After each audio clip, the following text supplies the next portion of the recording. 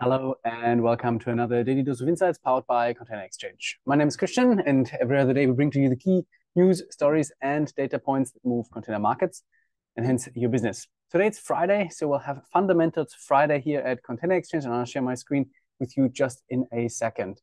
We just come back from a very successful and interesting trade show, the Intermodal Europe in Amsterdam, which took place earlier this week, and we did a lot of interesting discussions and conversations around specifically how the industry views the equipment situation going forward. How much is the container surplus really? How bad is the congestion at depots and terminals? And how will this play out into 2024? And that's why we said, okay, let's also take this as a topic for Fundamentals Friday. Let me quickly share my screen here for you.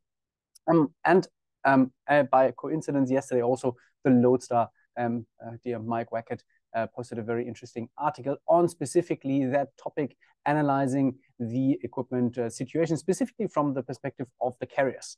And the headline here was "Carriers boxed in by too much surplus and costly equipment." So essentially arguing that carriers have a significant surplus of containers in their fleet, a lot of that actually on long-term lease basis from the leasing companies, so something that they cannot just off-hire without incurring significant penalties. Actually, and that's also something that we heard a lot in Amsterdam at Intermodal, off-hires flattened in August, so really giving hope to the industry, specifically to the leasing companies, that hey, the worst is over. There's not much more off-hires coming. Carriers actually want to retain their fleets, potentially also, and that's a recurring argument, because there is more vessel capacity coming online.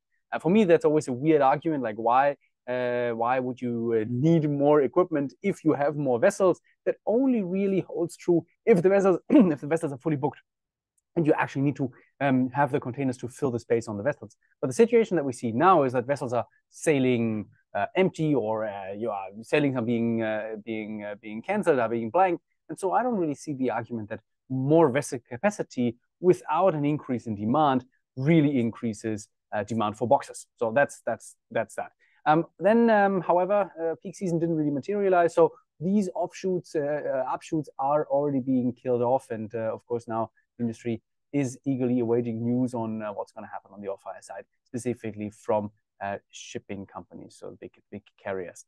If you talk to leasing companies, usually they're very optimistic, saying, no, don't worry about it. Lease fleet utilization is more than 95%. That's what everybody said. Some said more than 98, 99%. Of their lease fleet is actually on hire.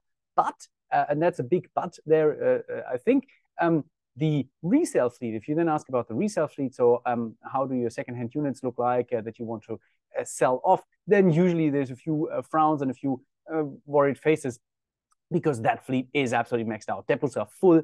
The leasing companies cannot sell this equipment fast enough without further deteriorating the prices. So that's a little bit the situation that they're in. Really, depots are full. They don't want to kill prices even more, and that's why they're reluctant to sell.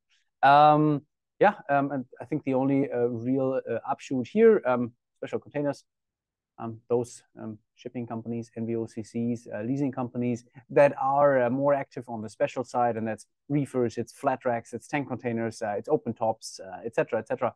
Those are holding up quite well still, possibly also because there was very little focus on new buildings of special containers during the pandemic, when everybody was rushing to get their standard dry boxes out onto the water. Cool. That's it from me, from us for today. Thanks a lot for tuning in. I think it's a very interesting discussion, something that you can also wrap your head around over the weekend. Would love to hear your comments. So just drop them under this post, or of course, send me a quick email or a WhatsApp or LinkedIn direct message, whatever you prefer. Apart from that, have a fantastic start into the weekend. Take care and see you all on Monday.